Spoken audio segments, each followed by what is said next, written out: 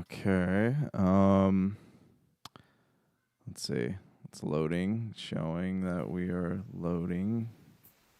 Oh, hold up. Watch now. See, it's making us watch ads on the Twitch channel. Where is that dough? When are they going to share that dough with us is what I'm It's curious going to about. Jeff Bezos, man, I so he can know. go on more space flights. So he can continue his feud against, what's his name? Or Elon Elon Musk. Musk. Yeah. I've got a rocket ship bigger than yours. Yeah. It goes higher. Mine goes higher. Mine goes higher. Mine flies faster. Gee, wouldn't it be great if actually they could just go ahead and figure stuff out when they're doing all these space flights to actually help further mankind? Test. Hey, test. Just a thing, maybe try to do some scientific experiments on there, or maybe just see what All happens with right. We're good, space man. flight. We're live. We're live space forcing it up. Space I forcing know. our way into space. Just be kind of cool because you never know. We might want to need to some point in time. I'll get on the spaceship and fly, somewhere. Yeah, Sometimes you never just know. gotta, man. You just gotta put that Yeah, jetpack on and yeah. hit the old ignition. By the way, you see our background on Twitch? I see that. It's very I see festive, that. right? Yes, it Yeah. is. I cannot wait to get more into the holiday season. In Yeah. fact, I actually see it on the Restream app right now. Yeah, I was gonna throw like a picture of Amy Grant up there singing her Christmas songs, but it wasn't enough room. Maybe in the corner, maybe a little Yeah, Wham on there. copyright Um, issues. Yeah. maybe some Ariana Grande's. Well, no, Mariah Carey is who the Christmas Yes. spirit is all about. Yes. But yeah, unfortunately, there'd be copyright issues. Twitch would just bam, Can't like that. copyright Christmas. They can. They try. They will. All of them do. All right. Here goes nothing. On this week's episode, the Beatles Get Back. Resident Evil returns to Raccoon City. And what's for sale on Cyber Monday? All this and more as we once again delve into the pop culture cosmos. And we're back with another episode of the Pop Culture Cosmos. This is Gerald Glassford from Pop Culture Cosmos, Game Source, Inside Sports Fantasy Football, and the Lakers Fast Break. We truly appreciate everyone out there listening to all of our shows. And if you can, please give us a 5-star review on Apple Podcasts.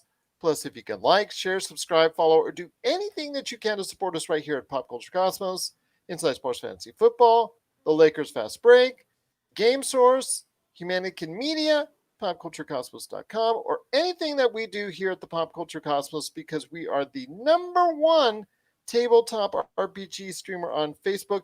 We just had an awesome game earlier today with DM Mitch running the controls and organizing the game. He is our man on the weekend, and I give him a big shout out as always because he is one of the best DMs out there.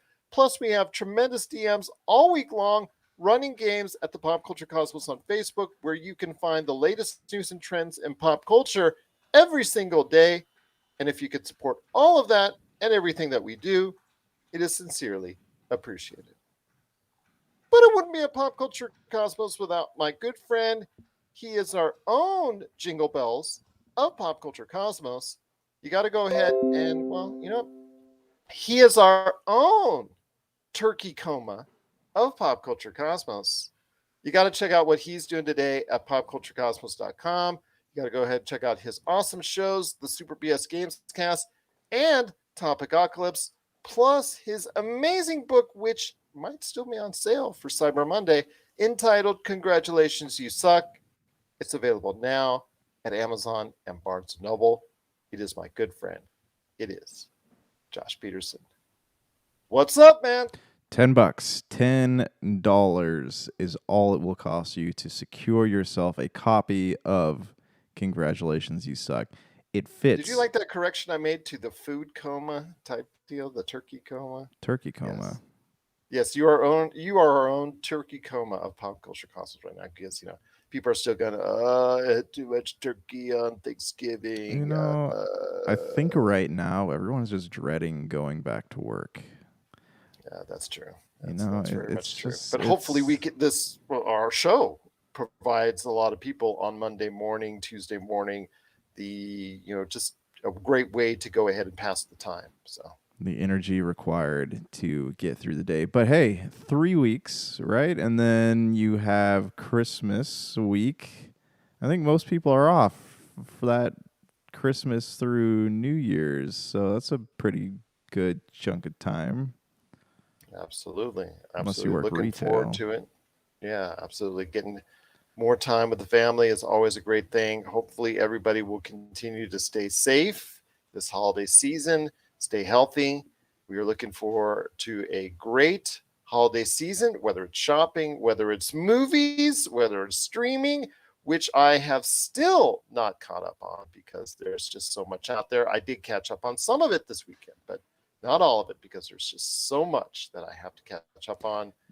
But yes, if you have a good time this holiday season, I truly hope that you will. So hopefully, think good things will happen to you this holiday season. But Exactly. there's yes, Can yes. I But oh yeah, well, can how was your Thanksgiving holiday? it was good.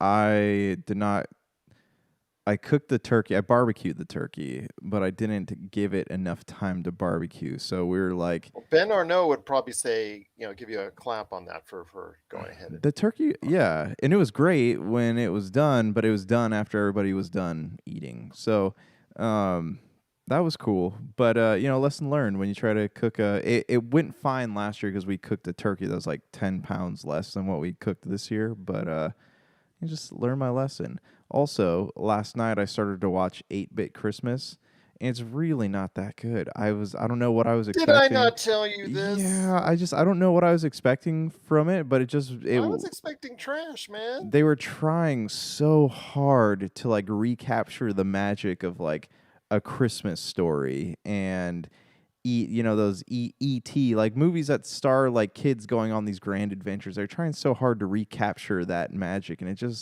it fell short. It fell short. And for me, Well, like, I mean, let me just say this: Home Alone.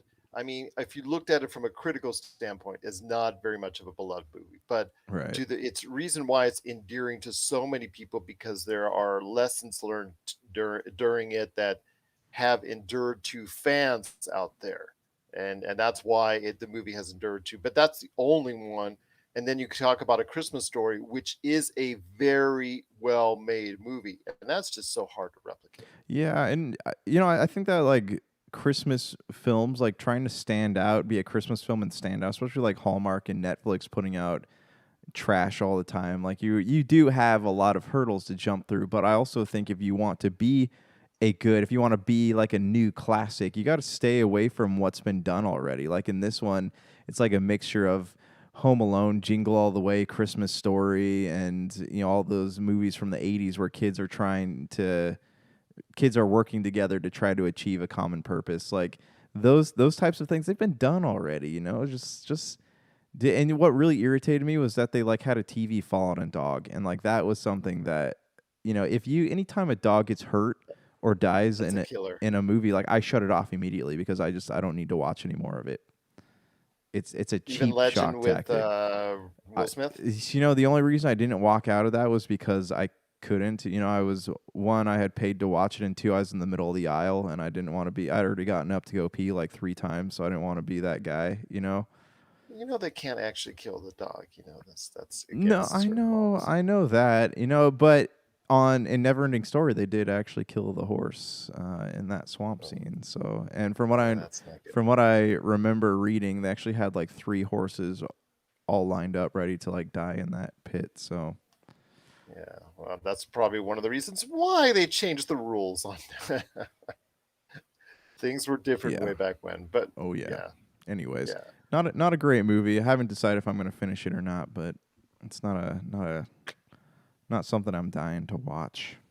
It was just so hard though because you Black Friday shopping and all that. It was just hard to get. into it because I had video games in the checkout bin ready to go and purchase online, but I just couldn't pull the trigger on it because I just figured out, hey, and when am I going to get to all these Oh, games? absolutely.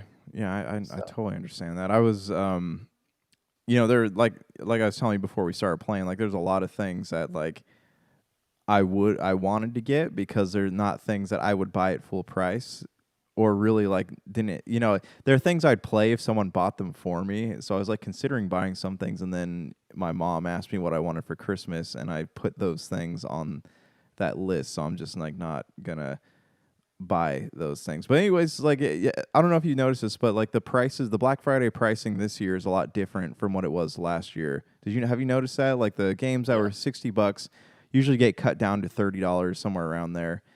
But this year they're all the games that are $60, with the exception of Guardians of the Galaxy. Most of them are discounted only to like 40 something bucks. So well, it's that's not the PS5 Xbox Series X thing kicking in there. right. Yeah. So that I mean that was kind of disappointing. And also like none of the Walmarts around here had special like boxes set up, box displays set up in the aisles that had like the discount movies like they usually do. So most of the Walmarts, you wouldn't even know there's a sale going on unless you looked. You have to like look online to see what's on sale and grab it off the shelf. There's not really any advertising in store, which was weird for me. Very weird indeed, but it is something I think that was a sign of the times. A very muted at times Black Friday, but from what we're hearing, Black Friday spending in stores was up. More people wanted to go ahead and experience going back to the shopping malls and going back to actual physical stores, brick and mortar stores this year. So that's a good sign Yeah. because you and I have always talked on this show about how we miss the brick and mortar experience in certain ways, Yeah. especially with stores like Toys R Us and KB Toys and all that. So good to see any type of support for the local retail outlets out there from people out there. So that's a good sign indeed. But if you have your own experiences from Thanksgiving and Black Friday, please share it with us. Popculturecosmos at yahoo.com. Well, we still got a great episode on tap, much to talk about indeed, including the Thanksgiving box office. Resident Evil returns to Raccoon City with its Welcome to Raccoon City movie that's out and about. We're going to go ahead and actually share some thoughts on the movie, and maybe it was a little bit of a mistake not to go to Netflix right away. We're going to talk the Beatles in many terms, in many ways, by many people, I think including myself, that they are the greatest musical artists of all time. And the latest, I guess, work that's on the Beatles, which is a really great behind the scenes deal for a documentary that was directed by Peter Jackson, of all people. That's available now on Disney Plus. So we'll talk about my start with the Beatles Get Back coming up here in a bit. Plus, also we're talking some Cyber Monday deals. What still looks good out there that we may be interested in getting. That we may be interested in getting. Plus, also, I said this on Friday's show that Josh and I will be talking some of the TV series that are in the works that we really, really, really have waited a long time for, and that's Mass Effect, Alien, and Blade Runners. So we'll be talking plenty of that on the back half of the show as well. But my friend, I do want to go ahead and give everybody an update on the box office for this past weekend. And I think what I hear the most are two words: muted and subdued, because Encanto came out this past weekend, and it looks like for the entire 5 days that it was out, because I think it started in previews on Wednesday, it actually in the U.S. only garnered about $40 million, and it looks to get right around 80 to $90 million worldwide. And it over the weekend, it only earned about $27 million, just beating Ghostbusters Afterlife, which is closing in. I think by this time next week, it'll close in on $100 million domestically. So that's a good sign for Ghostbusters. It only dropped 44% in its second week, which is a good sign. The House of Gucci, my friend, that earned a solid 14 million over the course of the weekend and 21 million dollars over the course of its first 5 days, which is pretty solid for a movie that how should I say, these types of movies are have not been frequented in this in this pandemic era. These type of Oscar contenders, these type of a little bit more critical movies type deal. They're not the superhero or entertainment type deals that really are trying to cater to a general audience. This caters to more of a direct audience, and it's good to see that people are going ahead and checking out this movie. So it did pretty good for its first initial run, and then followed by Eternals, and then way down below at number five is Resident Evil: Welcome to Raccoon City. So that's something I think Netflix needs to take in mind. But we'll talk about Resident Evil here in a sec, my friend. But I wanted to hear your thoughts on Encanto. I know you and I are hearing good things. We're seeing good reviews. So your thoughts on Encanto before we hit the break? I don't really know much about this movie. I've seen a couple trailers, and it looks like a really interesting film. Like it's pretty, I guess. Like there's a lot of colors on on the screen, and just like kind of seeing what it's about. Trying to find what makes you special. Like I think that's a great message to deliver to kids. But will it recapture the magic of Coco? No, I don't know, man. Coco is still like my top Disney Pixar film of like the past 5 years right Oh, now. yeah, excellent film. Yeah. Excellent film. So yeah, I'm definitely interested in watching it. I don't know if it's something I'm going to be rushing out to the theaters to watch, but as soon as that hits Disney Plus, that is something I will, take the time to sit down and watch. It's based in the mountains of Colombia. It's this house with magical properties, and I guess the story is as the magical property, as the house, something goes on with the house, so that the magical properties for everybody in the house seems to fade. And a young lady who we're not sure of exactly what type of magical properties or magic that she has, because everybody in her family has this specialty type magic or ability type deal that's the house gives, and she never was sure exactly what she had. She's the one that comes together to the forefront and decide, helps and does whatever is needed to try and save the house and save the community right there, and the family that's going on there in this settings of Encanto. So Yeah. I'm really encouraged by it. It looks like it's going to promote strong and good themes. So I'm looking forward to checking out Encanto myself. But that may be a Disney Plus deal for me as well. I know that I've been watching a lot of Disney Plus lately with Hawkeye and Get Back. So can't wait till it drops by there and see what we can go ahead and do to check out Encanto coming up. But I'm encouraged by it. It did get a okay opening, I guess at the best you could probably say for it. Maybe okay at best, but I think it's a little bit underwhelming from what Disney's was hoping for. But still, it is Encanto. It is earning solid reviews out there. I think a lot of people should go ahead and check it out either at the theaters or when it hits Disney Plus. And I think that's probably what a lot of people are going to do, like us. We're going to check it out on Disney Plus. But if you have any thoughts on Encanto, we would love to hear them. Popculturecosmos at yahoo.com. But the one movie I want to talk about, no, it's not House of Gucci. Can, We spoke about that before last week. before we do that, can I just say that it is good that movies like House of Gucci are still coming out because it's like your Ford versus Ferrari. That is something that you have like the older couples or like the people who don't have any kids just going to the movies on like a holiday or whatever will This because go. this caters to a certain niche, and these Right. movies have not done well in this pandemic era. Right, but there's still movies that need to come out. They are things that they're necessary if we're going to be, if we're going to find ourselves in an era, this post-COVID era of film that doesn't just have superhero movies and big franchises. Oh, I These agree. I movies agree. are necessary, so I'm glad to see that. Like 14 million for a movie like that is pretty strong. Yeah, and $21 million over the course of the entire 5 day weekend. That's pretty strong for a movie like that. And the thing is, though, this is the type of movie that pre-pandemic would have garnered probably about a cool 30 to 50 Oh, million. I, absolutely. I think in its first weekend. I think Encanto probably would have hit 70 to 100 million Yeah. domestically, when I'm talking about this domestically for both in its first weekend. Yeah. But these are the type of movies, especially when it comes to House of Gucci, these specialized movies. The Last Duel, Ridley Scott was very expressive and explicit in his reasons why it failed. But I won't go that into that here, but let's just say if you want to look it up, I would Google or Bing it, and you'll understand why it's Ridley Scott and it's all of his charm and all of his 83 years old trying to go ahead and just complain about Generation X. But yeah, just basically these type of films which are trying to garner to a specialized audiences is really kind of concerning that these movies don't click right now in a post-pandemic era because the audience that was there is not really attending. So it's a good sign for House of Gucci. I also think for the upcoming movie with Adam, directed by Adam McKay, that stars Leonard DiCaprio and Jennifer Lawrence and a host of others. Don't Look Up.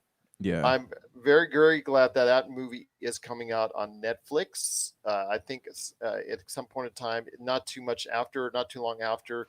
I think what's going on because it doesn't feel like it has to be supported by the movies that by the moviegoers out there that are going straight to theaters because this is the type of movie that may earn a lot of Oscar looks and it may, may or may not be supported out in the movie theaters. So these type of movies, which are earning acclaim and are earning Oscar, at least buzz per se, those movies have not been supported. So it's good to see that at least House of Gucci is supported. So it does allow for movies like Don't Look Up and some others that are going to come out over the next 6 weeks to go ahead and be able to at least have a chance for people to come out and maybe support it. But even if it doesn't, hopefully they will have a smart VOD or streaming support plan that will go ahead and make sure that these movies get seen. Yeah, yeah. And again, like they are necessary movies. It's just going to be a slow. They're not going to be as quick to rebuild their audiences as the big franchise superhero Yeah. stuff and Fast and the Furious and all that. See, like I was saying, Don't Look Up is being released in theaters on the 10th of December, but it's only having a 2 week buffer before it hits Netflix. Yeah, It's going to be hitting Netflix on Christmas Eve. So I think that's a smart way to play it. I mean, just in case people want to check it out on theaters. But I think for movies like that and many of these other Oscar nominees, I think there people are still reluctant to go out to the theaters to check it out. So that's why I'm encouraged by what I see by House of Gucci. So that's good. That's good. yeah. But my Um, friend, oh, go ahead. Go ahead. no, so back to the topic of Resident Evil though, like what? Oh, that's what I was going to touch. Oh Yeah, I yeah, was yeah. going So to I was touch just on it. gonna Yeah. ask, do you think it's gonna be an even longer road for those like B grade horror movies to be something that people are willing to, walk out their front doors to watch? I think absolutely. When it comes to these B grade horror movies, we have seen over the course of the last 6 months a lot of these movies, which you and I used to just absolutely praise because you could make a movie under $20 million Yeah. and you could put it out there and it'd be some horror flick that people would go ahead and flock to. Hmm. I think that there's been very few exceptions, and Halloween Kills is actually a higher budgeted horror movie. So I'm not even sure if you would categorize it within that realm of like Don't Breathe 2 or some of the others that came out that have not fared so well. Yeah. Those movies, yeah, like I said, those I think are maybe the last group of people to go ahead and check out those movies at the theaters because maybe it's just not worth their time. Maybe they just those are just like date movies or just go and check out movies just with friends for fun. But those movies are just don't seem to be the type of movies that people at all want to check out at Yeah. the theaters, which is kind of disappointing. But again, that and the Oscar, those type of movies and the Oscar movies are the kind of movies I think people right now are not willing to go ahead and take the risk to watch. Yeah, yeah, and I understand that, but they're also, they're at a disadvantage, right? Just because they don't have the following, of these big franchise films. But again, like hopefully we get to a point where people do want to go out and watch these movies. Like I remember, as I was in high school, I was working at AMC. There were some really really bad movies out there, and like teenagers would come up to the box office and order tickets on like a Friday night for something that probably had a budget of like $10 million or less, and people watch those films. So yeah, it's going to be a long time before we get back to that. But I also, in the movie economy, I do think that those films are necessary to Oh yeah, keep absolutely. things stable. Just like in cryptocurrencies, you have too many things invested in one, the others are going to fail. So there needs to be like a fine balance, I guess. Well, for every event movie or big budgeted movie that's out there, there are three, four, or five more movies in what I call a mid tier that were depending on the level of success. Some of them really found success with audiences, and some of Right. them would be its own breakout hits, and some of them would be very successful and profitable movies. That mid tier, up until really the House of Gucci, that mid tier is really, it's been non-existent. Yeah. It's really been very much muted. People do not want to go check out these mid tier movies. They've only said, okay, I'm only stepping into theaters unless it's an event movie. Otherwise, I'm not going. Oh, That's pretty absolutely. much and you're right. Those movies in that mid tier are the foundation. They're the ones that are the support system, the movies that people will go check out during the week, the movies that they will go and check out in its second and its third and its fourth week, that will support the theaters, that are really the backbone of what movie theater attending is all about. Yeah. Yeah, exactly. And they I guess it makes, especially like in an industry that really pushes for diversity, like it creates diversity. It create not just like in the people in the films, but just the type of films that people in the films are getting a chance to experiment with. So I think that's it all, in the words of the Mad Titan, all needs to be perfectly balanced. Yeah, and but unfortunately, right now it's not. The way the movie theater experience worldwide is going and doing out there, it looks like it's going to be a little while before we get that support system of movies people attending, those mid-tier movies people attending. And one of those movies, whether you like it or not, is Resident Evil Welcome to Raccoon City. And unfortunately, it's getting the usual and expected roasting as far as from the critics. It only has a 44 Metacritic rating, and that's not surprising for a movie like this. They never get highly rated, but Yeah. the fact that the movie did so poorly at the box office, and it's supposed to be coming to Netflix. I want to say, but you don't know when. It's like you said, it's just not listed yet. I thought it was coming out sooner to Netflix, but I guess I was mistaken on that. So that's, I think, is a mistake in its own part by Netflix, because Netflix put it out there in the theaters saying, okay, we'll give it a few weeks on Netflix. I have a feeling now that Netflix is going to readjust that, and it'll end up being on Netflix much sooner rather than later on that. You know what else is probably worked to this movie's disadvantage is the fact that nobody knows anything about it. Like I haven't seen any advertising, haven't seen any trailers. All I've seen in regards to this movie are two or three articles online that said, "Oh, hey, it's coming out," and there's no dates, there's nothing. Like I if I had not read, one or two things on IGN or Polygon, like I would not have even known this movie existed. I know Netflix had their CG Resident Evil, and I knew about that because that got a lot of coverage. But this one, there's nothing online for it. Nobody's making a big deal out of like trailer drops or really anything like that. So that is definitely something.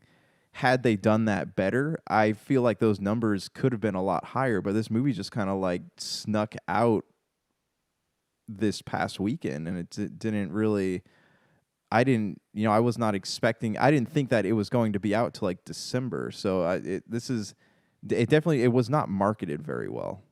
It sounds like Sony had very little confidence in this movie succeeding out in the theaters. It just sounds like it to me, and that they didn't support it at all in its release. I So think that why? that's a shame, because, and that's a shame because the previous iteration of the series has earned a collective $1 billion worldwide at the box office. Right. So I mean, well, let me just say this, that it could be whether you like it or not. When you like any of these movies in the series, because you and I have spoken about this series before, a lot of these movies are very critically panned. A lot of these movies are not very good, with Jovovich, and all these all those adventures that she took us on. But hey, you can't argue with the combined $1 billion that these movies have earned, and this refresh of this new, I guess, modernization of this IP to the movie theaters just has not gone over well. Yeah, and that, I mean, and that takes me to my next question here. Why bury this franchise when it has a lot of potential? So why bury it by putting out this like bad, what do you call it, like a bad movie, when you could have taken it to someplace like Netflix and given it the 12 episode treatment? They could have covered the first game, season 1, the second game, season 2. There's so much potential in this because it is. I don't know if you've ever played like the first Resident Evil game or any of the first 2 games, but they are terrifying. I remember sitting there as a kid just being terrified by it. So there's a lot of potential to create something that people will really enjoy, but I think Sony saw the numbers, the possibility of the numbers more than they saw what is really going to make this franchise carry into the next 5 or 6 years, much like the Mia Jovovich ones did. And I don't think they're able to see the potential there for a franchise and storytelling and like what it can do, as opposed to like saying what how can we make a quick buck off of this? Again, it's just a disappointing. I mean, the previous series was not the most beloved, but people were following it. It did have its large audience, large Right. enough to make, like I said, $1 billion collectively for all those Resident Evil movies worldwide. So obviously they did something right to the point where people kept wanted to keep going back and back Well, to they, the theaters. But yeah, and they weren't good movies, but they were fun popcorn flicks, and I think yeah, that's where they really succeeded. and it doesn't look like they have any confidence in the series because it's already, like I said, failing at the box office. So Yeah. we'll see what happens upon its Netflix release and the type of numbers that it gets, because it's all about the continuing the series if it does well on Netflix. So if it does garner the kind of attention on Netflix that maybe a lot of people feel it deserves, it could see a new light as a new series. But after this first weekend of very, very, very tepid response worldwide from this series, I have a feeling that we're not going to be seeing a whole lot of Resident Evil in a movie theater that much anytime soon. So I just don't think we're going to see very much of it after this. What I'm seeing, I don't think Yeah. it's also going to get a great response on Netflix. Maybe I'm wrong, and I hopefully I'm wrong, because obviously you want to see people working in the industry and keep going with more movies in the series, no matter how you feel about it, good or bad. I'm just thinking that if the numbers see right there that not a lot of people wanted to go ahead and check it out in the movie theaters, that doesn't always translate to saying, okay, everybody's going to stay home to watch this on Netflix. So we'll see, because you never know. Netflix may be able to advertise this on the Netflix brand and be able to go ahead and push it really far. But we'll see what happens as Resident Evil Welcome to Raccoon City has hit theaters, and we'll see what happens when it hits Netflix in the not too distant future. I have a feeling it's going to be sooner rather than later because of the tepid response at movie theaters. But are you interested, or have you already even checked out Resident Evil Welcome to Raccoon City? Please share your thoughts on the films, and if you think this will revitalize the movie franchise, share your thoughts. Popculturecosmos at yahoo.com. Well, coming up on the back end of the show, still much more to talk about, including the Beatles Get Back, Cyber Monday deals, and Josh and I will be going into great detail. And I'm just rubbing my hands at the thought of talking with my good friend about things we've been talking about for a very long time with Mass Effect, Blade Runner, and Alien. We'll be talking about that on the back end of the show. This is the Pop Culture Cosmos. And we're back on the Pop Culture Cosmos. It's Gerald Glassford, along with my good friend and fellow National University graduate, Josh Peterson. Still waiting for that response from National University for our show that's been going on for several years now, but they seem to ignore us, and we seem to be very upset with that. But we'll still prop National University anyway. So just wanted to make sure everybody knows that we're the number one tabletop RPG streamer on Facebook. If you want to get a chance, go ahead and check out our games all week long on Facebook at Pop Culture Cosmos. Plus, we drop the latest news and trends in pop culture right there at Pop Culture Cosmos on Facebook. But my friend, there's still so much more to talk about on today's program. Wanted to hit you up with this. In my opinion, they're probably, in my opinion, they are the greatest rock band of all time. They are the greatest music artists of all time. And I'm not a super fan of the Beatles, but I am a fan. I've listened to many a song from them. I think their wide diversity in what they experimented with and what they ultimately were successful with constitutes the fact that they have just done so well with all their albums, so many of their songs, and the fact that they've earned such worldwide acclaim, not only during the 60s, but beyond, and obviously a following for people who were not even alive when they were successful or even around, makes for the fact that I think they are the greatest music artists of all time, and that's the Beatles. And Peter Jackson got a hold of hundreds of hours of footage from a documentary that was made back in the day. And I think there was much more uncovered footage that was not used in this documentary that was outlining an upcoming TV special that they were prepping for. And in the process, there was a walkout by George Harrison halfway through, and there was a lot of things that were going on in this as far as behind the scenes. And you could see all the record executives, and you see all the individuals in play. You see Linda McCartney, Yoko Ono. They're there at the studio. You see them interacting with all the four. See all the people that are involved, all the hangers on, things of that nature. It's interesting. It's so interesting, and it is the Beatles Get Back. It is a very detailed documentary in three parts that was put out over the weekend on Disney Plus. It is quite extensive, and again, this just covers just a bit of what was Peter Jackson found. I think it was in the property of Paul McCartney. I think he asked Paul McCartney and Ringo Starr if he could do this, and I think Paul McCartney said, yeah, he hadn't looked at the footage in years. And this stuff is 52 years old, man, because this is 1969. This is the year I was born. This was made just before I was born. So this is just fascinating to me that all the stuff around 1969 lately that's come out this year, it's just come out. I don't know why. It's my birth year seems to be the seminal point for all this stuff in pop culture we've talked about over the past 18 months. But so funny about that. But the Beatles Get Back is something that I think people should go out of the way to see, even if you're not familiar with the music. It's just you need to go ahead and check out them, because to me it's like a history lesson. My 16-year-old daughter, sat down for a few minutes and watched it, and she thought it was surreal watching it because it's so weird, because maybe she realizes that two of the individuals of the Beatles are not here now, and understands that this is a music lesson. This is like a music history lesson, which I think people need to go out of their way to see. Yeah, okay. So a few thoughts on this, and also one, if you're watching the stream, it seems that we're having some conflict with our vampires and Vitae people trying to stream while we're streaming.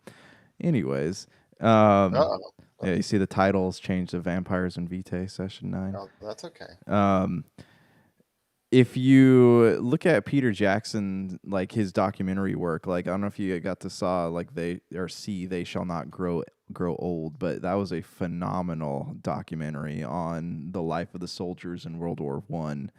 And he restored everything to color, and he did a great job of basically telling a story of something that almost gets completely overlooked in history classes and history books. So Peter Jackson is very responsible with his history. So I imagine this Beatles documentary is very well thought out. It's very well put together. As for you saying the Beatles is the greatest rock band, I'm gonna have to disagree with you on this.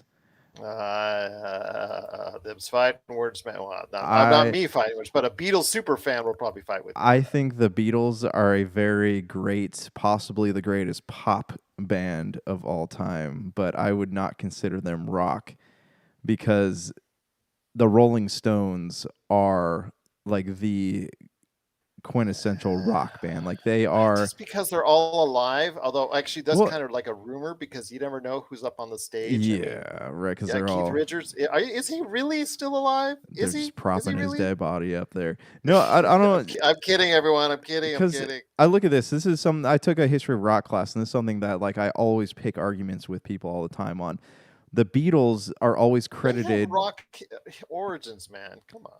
Yes, they have rock origins, and they originate from the same places that the Rolling Stones do. But the Rolling Stones are a rock band, and the Rolling Stones were in America before the Beatles were. So the Beatles always get credited with like, oh hey, yeah, they started the Bringing the British British invasion. invasion, but they did not. The Rolling Stones did, and then the Beatles came around. They're a pop band. Like they are by all definitions a pop band. You know, like Well, they expanded. I'll give you I'll give you that because they expanded their music beyond just traditional three guys on guitars and the drums. They yeah. expanded And and experimented with things that the Rolling Stones never did. But that's what makes them such a great band, though, right? Is because they didn't just stick to that genre. But I mean, again, I wouldn't consider them a rock band just because they're not. The Rolling Stones have been a rock band since their origins, but the Beatles are kind of not that anymore. Anyways, that's not to say the Beatles aren't a good band. I'm just saying I like the Rolling Stones better. I mean that's a taste. I'm not a super Beatles fan. I mean I can sing a couple, I can sing a few tunes from the Beatles songs, but I just appreciate them for the monumental acclaim and appreciation by the fans over the years. And yes, Beatlemania, you get an idea in the film exactly the type of, especially in the beginning, of the type of response and the type of fanaticism people had over the Beatles in the 60s. But when you see them sitting down in their sessions, and first off, okay, if you and I are just trying to make music and trying to coordinate on the special for a couple weeks, man, it's really hard to do that with cameras always in your face the whole time. And then studio executives from all over trying to go ahead and talk to you and like have conversations with you. And it just to see the distractions as they became what they were. And this was just before they broke up. This just before they broke up in 1969.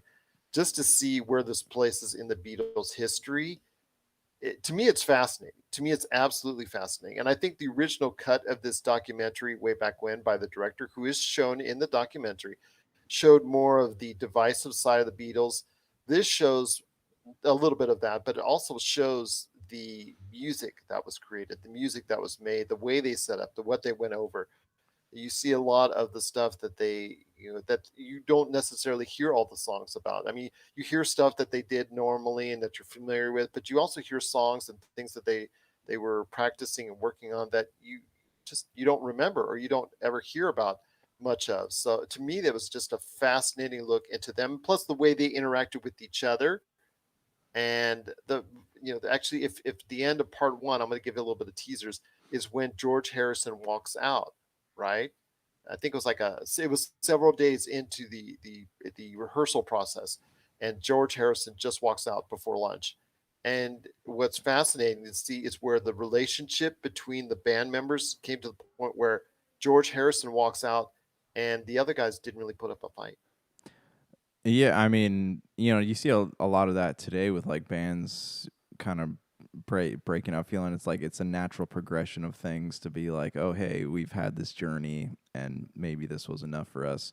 I think though with the Beatles, like what made them so great was the fact that they were very divisive. If you listen to all the solo stuff that has been done post Beatles, it's all completely different. The things that Yeah. Paul McCartney did are completely different from what John Lennon was doing, or the things that like I guess even Ringo Starr, was kind of the comedic relief of the Beatles. If you look at from a modern standpoint, like hearing what Oh, modern absolutely. music reviewers say He about him. was representing that, but nobody should underestimate his songs. Oh See, I no, know he no. didn't bring out that many songs with him as the lead, but a lot of them are cool. Yeah, So yeah, absolutely. I mean, and even like George Harrison, they all have different tastes in music. They all have different things they wanted to do, and I think that's why, there's such experimental things that the Beatles did in the later part of their career, which is again, not to say that it was bad, but it was different. And a Yeah. lot of people like the later stuff more than the early stuff. So, good on them. If they didn't all have different tastes though, you wouldn't have gotten a lot of that stuff. Yeah. It's so funny though that at the beginning of the series, you see the uh, disclaimers that Disney puts up there. Please be advised, parental discretion is advised because there is language and there's smoking. Gotta watch out for the Oh, smoking. dang, look out. Yeah, I know smoking sucks and smoking is bad for your health and all that, but yes, very bad for your health. I just will say that. But it's so funny because they put it as a disclaimer because Walt Disney was so against smoking, and so he's just like, yeah, no smoking. Got just letting you know out there that they're smoking. So it's kind of you would Yeah. never see on HBO Max or Netflix say, okay, it's TV 14 because of this or whatnot. But it's just Oh, kind of just covering their tracks. yeah, that's true. But there is a lot of smoking in the film. But it is a documentary. The Beatles Get Back. Peter Jackson's look at the one of the last times that they were all together for a performance, and that's the leading up to it, everything leading up to it. So it is a great look behind the scenes at the Beatles in their last days together. So if you get a chance, please, it's a long watch. It is a several hours watch, but if you get a chance, please check it out on Disney Plus. It's the Beatles Get Back. It is a fascinating journey at one of the greatest, if not the greatest, rock, pop, or whatever music band that you want to go ahead and say. But it is the Beatles. I'm not going to get into that argument on who is the best right now. I just said my opinion. Josh has his. But if you have your opinion on the greatest rock, pop, music artists, whoever, please share it with us. Or if you also have thoughts on the Beatles Get Back on Disney Plus, we would absolutely love to hear them. Popculturecosmos at yahoo.com. Well, my friend, before we head on out, I wanted to leave a lot of time before we hit the Cyber Monday deals for what was announced last week and hinted at last week by Ridley Scott in two of these things, and also by Amazon Prime. They may be hinting on the other, and Deadline actually release the information on that. The first is with Ridley Scott, my friend, talking about what he's still doing at 83, what projects he's working on after The House of Gucci and The Last Duel. And obviously, after his complaining about The Last Duel and Generation X and the millennials and all that he was talking about, I think it was the millennials he was talking about. Millennials, I tell you, man. Yeah, and your cell phones. Yes, that's what he said. That's my I, generation. I think he said something expletives, expletive I'm sure he cell did. phones. Yes. Yeah. Yeah, so he was not too shy about that. But I really don't want to go into a movie where it has American actors Yeah. playing, with a No. British And accent playing absolutely. French. Yeah, yeah. Yeah. But Americans. oh, Yeah. sorry. Go ahead. No, I was gonna say Americans with British accents playing French. French compatriots there back in the That's 1600s. like my wife was watching a Christmas movie with Brooke Shields and Carrie Elways, and he was talking with a Scottish accent. It's just really throwing me off there. But Yes. also, as far as our friend Ridley Scott's concerned, like he does have a point with like cell phone videos, right? Like our attention spans have gotten a lot shorter. So he's talking about releasing Gladiator 2. I'd just be curious if it's going to get the same reaction as Gladiator 1 did, because it is a 3-hour film. So Yeah. are people going to have the willpower to sit through something like that again? But he did announce that he had scripts in place and pilots made for a Alien, which obviously is something that you're interested in. Alien TV series that would be coming to Hulu because God forbid you would want to put that on Disney Plus. And I'm just teasing when I say that, but yes, it is. It would be coming to Hulu on that one because they own the rights to it. And then Blade Runner. He has already got a pilot he's working on for that series. I don't know where it would be going. Maybe HBO Max. I'm just guessing and throwing that out there, but he is in the process of making series for each. Your thoughts on this? I mean, with Blade Runner, you and I have talked about that ad nauseum, and I still want to talk about that today. But I'm going to go first with you on Alien. We have touched on Alien at times, and you are official Alien aficionado when it comes to pop culture cosmos. So, your thoughts on a possible Alien TV series and what you would like it to cover? See, that's tough for me because I want to know like what happened after the Alien Covenant. Not to say that that movie was good, but Prometheus really opened up the box for what could have been a very beautiful and well done and philosophical trilogy of films. And then, Ridley Scott had, even in his interview, he said that he had big plans lined up for that. And then the studio was like, we want more killing, more blood, more nudity. Like, that was what they were after. And he said, you can only do the same thing with an alien running around a ship so many times before people get tired of it. And he's right. So what could an alien TV series offer me that would make me interested without repeating what's been done a million times already? One, would love to see Sigourney Weaver back in it, or what's her name, Nomi Rapace. Mm-hmm. Would love to see, because they were very, very strong female leads in these movies, and like I really enjoyed their performances. I was actually telling my wife, I think that what's her name?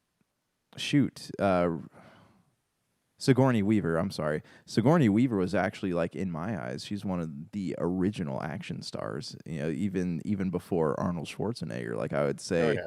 that she was for me as a kid. Like, she was awesome. And but anyways, like, what can an alien TV series offer me? Like, oh yeah, we're gonna have this thing. Guess what? The premise is gonna be they're on a ship. There's an alien in the ship, and we're gonna stretch this out for 18 episodes. I don't think that's something that I'd want to watch. If they're willing to go and explore the engineers and those planets where they came from, have those horror elements in them without, like, rehashing what's already been done. Yeah, that's something I could totally get behind. But an alien TV series really worries me, because you have these studio heads, saying like, "Oh, this is what we want out of this series because this is what sells action figures and toys and movie tickets." Like, that would be something that would really make me nervous, and I would have to watch it before I actually got on board with it. Because even Ridley Scott had said in previous interviews, yeah, this is going to be, we're doing this, but it's never going to be as good as the original movies were. Absolutely. So I'm kind of looking forward to myself. I know you're talking about that time between Alien Covenant, like you said, Prometheus. Maybe it's during that time. I don't know what timeline in the Alien series he would actually do it from, or if he would do it post Sigourney Weaver, as far as maybe having her come back. I know she was on a after credit scene for Ghostbusters Mm-hmm. Afterlife, so take a look for her on that. So she might still be involved in later renditions of or later iterations of the Ghostbusters franchise. So watch out for that. But yeah, it's something that I'm looking forward to. If you want to go ahead and check out what she is doing, maybe you can go check out Ghostbusters Afterlife, but maybe she can be part of this Alien TV series, something that again would get audiences from the past back involved with the Alien series. So Yeah. maybe that would be a good thing. But with Blade Runner, I'm really intrigued by where it would go with this. I'm still hoping for a Blade Runner movie, but I don't think I'm going to get it. I think this is what's going to happen with this. I think this is where this is going to go. Will this be the conclusion of the trilogy as far as the replicants wars against humans? Against that was hinted upon in the Blade Runner 2049. You remember the underground movement that the Yeah. replicants and the human sympathizers were a part of. So maybe we will see a continuation of that in that sense, because I don't think we're going to be seeing, as much as I am very disappointed by saying this, I don't think we'll be seeing a end to this trilogy of movies that were it was hopeful when 2049 came out. But maybe we'll see a continuation of it in the form of a television series. Yeah. So with Blade Runner, I guess one of the big things that was so appealing about it was the fact that watching it on the big screen was just absolutely magical. The first one was cool, but just seeing Blade Runner 2049, the direction that it had and the cinematography, like, that really contributed to the film outside of just the content in itself. So my concern with a Blade Runner show, yes, I definitely be down to watch. I've been meaning to check out Black Lotus, haven't had a chance yet, but First episode is really good. I need to get back to it. so my fear with this though is, are they going to dumb it down into a TV show, or is it going to be something that's like a high profile thing like something on Netflix. So that is it going to be like, I guess, dumbed down or doled down for the platform that it's on, or are they going to continue to produce these big concepts just on a smaller in a smaller way? Last but not least, but I really wanted to go ahead and talk about as well, although you and I are both excited for a Blade Runner series. And again, I'm assuming an Alien series, you can at least check it out, right? Yeah. Oh, no, absolutely. I'm gonna check all of them out. I'll even try to force myself through this new like Predator movie coming out, but um, Forcers, gotta do it, gotta give do it. it, yeah, just for my story OCD, and just for the sake of that. But yeah, I mean, I'm definitely gonna check them all out. I just am hopeful that they don't do a disservice to the material that they came from. And I want to say that if you are going to check out anything from Hulu, now would probably be the time. If you don't have Hulu, even if you're listening to this and it's Monday, you do have a chance up until the end of Cyber Monday to get Hulu for 99 cents a month for a year. So just want to let everybody know that if you, I know Hulu's been the individual outlet that's not been very popularized, even though it's been out for quite some time. It does have a lot of good stuff that's on it. I know I bash it quite a bit, but Hulu does have a lot of good stuff on it. Still think it should be incorporated by Disney Plus and should become one big platform. But still, if you like Hulu, you get a chance to go ahead and get it for 99 cents a month.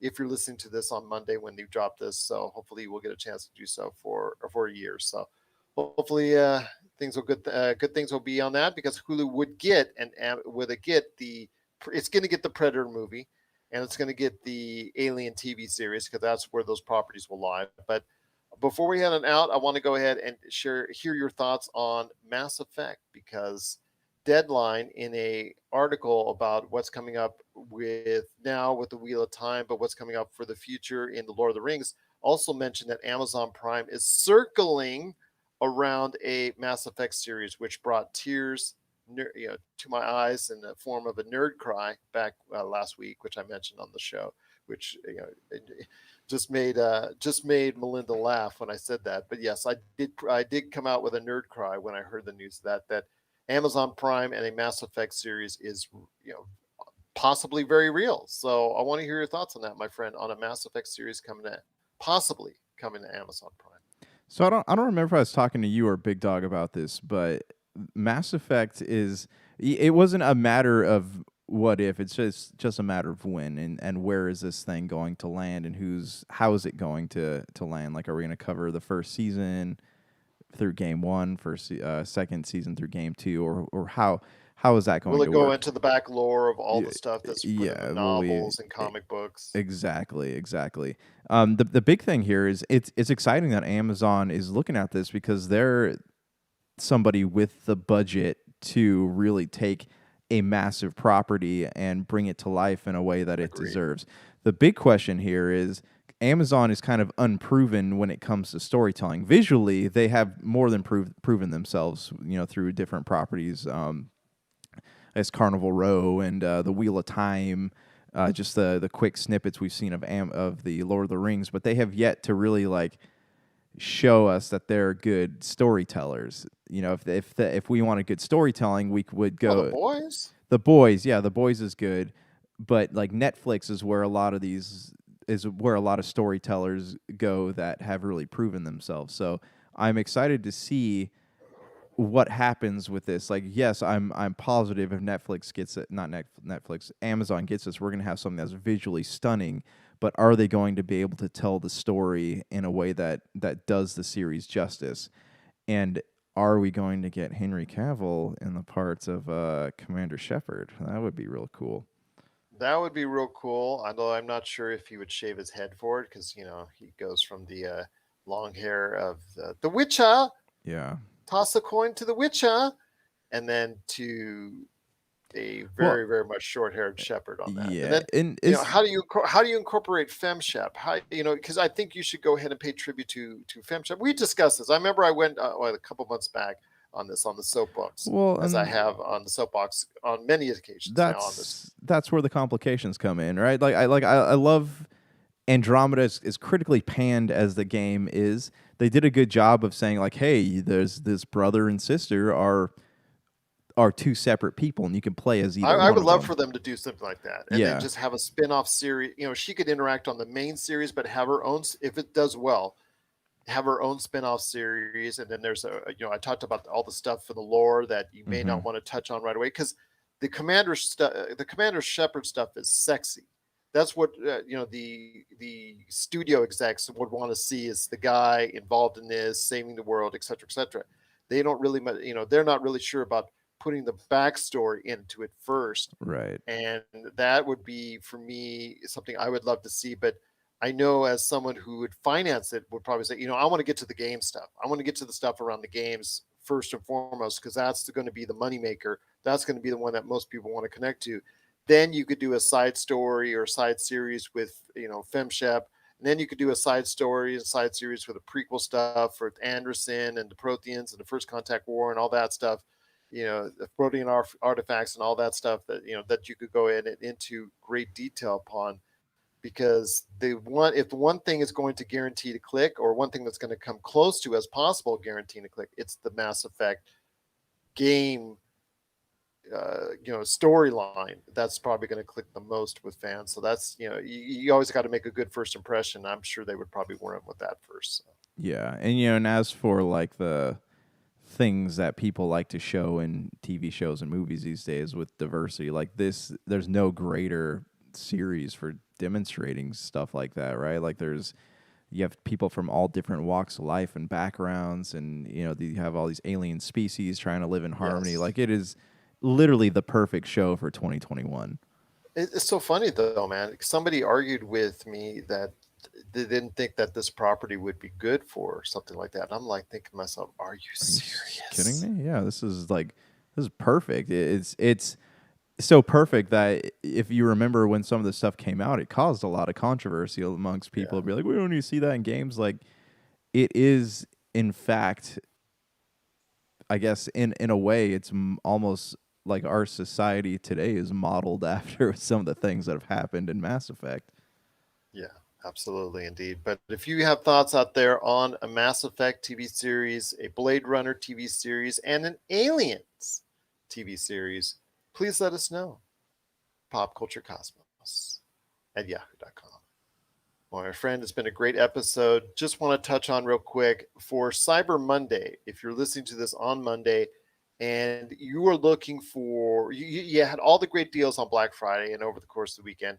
But if you're looking for mainline stuff from Amazon, Samsung, Apple, all the Microsoft, all these mainline brands, there are still plenty of Cyber Monday deals. A lot of them extended their savings through Monday.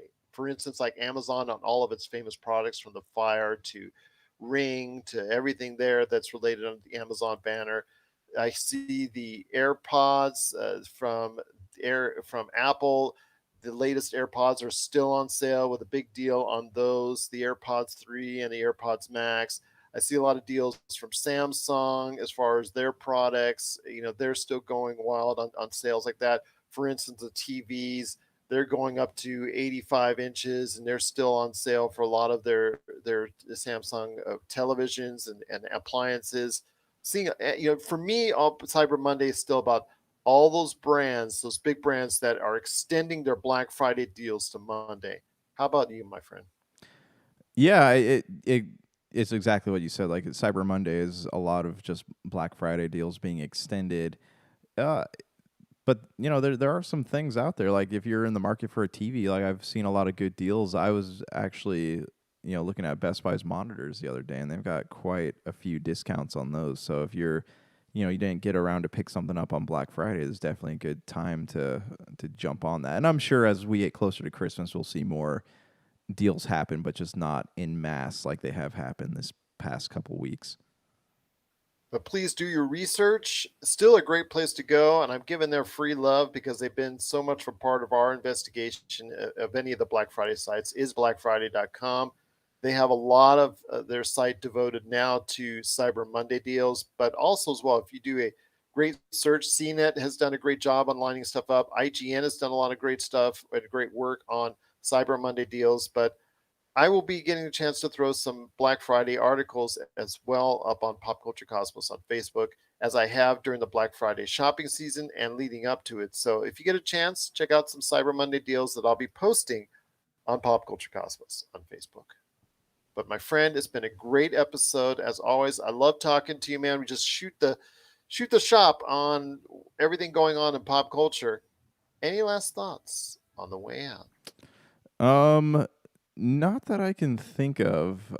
I have been watching more Cowboy Bebop, liking a little more with each episode. I am So 7 episodes in, my friend. I'm liking it as well. I think I just got to 5. Is that the one where I right now Spike has been his mind's being like abducted by some AI or That's something. So 6. okay, so Yeah, that that's I just finished that one last night, and the next one after that. yeah, that's about where I'm at. So I'm digging it So you're so liking far. your so far. I'm liking it. I'm liking it more with each episode. Also, still playing Forza Horizon 5. Really enjoying that game still. So there's a lot of good stuff that I'm diving into. I just don't. I haven't completed enough to have like full thoughts on it. So I want to talk about that stuff more at some point. Also, I would love Bebop talk. I would definitely love to hear your Bebop talk, yeah, especially after all the divisiveness on the internet with that. exactly.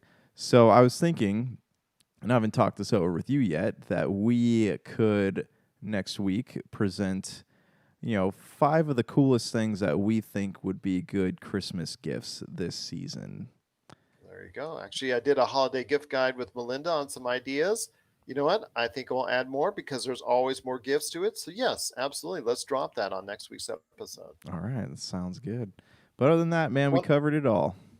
we did cover it all indeed. A couple last things we want to go ahead and mention: the Wisdom app. If you want to go ahead and check out a good Wisdom app for some life thoughts, some thoughts on your health, well-being, and a lot of great conversations, please head over and download today the Wisdom app on iPhones, coming soon to Androids. I know Josh has got his app, Wisdom app, getting all prepped for the Pop Culture Cosmos. Plus, I also want to mention as well Vampires and Vitae for those coming up on here that want to go ahead and check it out. The action is going strong. Had our morning game with DM Mitch as the #1 tabletop RPG streamer on Facebook, and we followed up with the awesome Vampires and Vitae with Melinda, Rob, and the whole crew. So check that out as well. Any last thoughts? You're good, man. You're all No, good. that's it. Yeah, well, I'm good. All right. So we will go more in detail, hopefully, on Wisdom app next week, but definitely looking forward to hearing your thoughts out there. Pop Culture Cosmos at yahoo.com. So for Josh Peterson, this is Gerald Glassford. It's another beautiful day in paradise right here in the Pop Culture Cosmos. We thank you for listening. And here's hoping you have yourself a great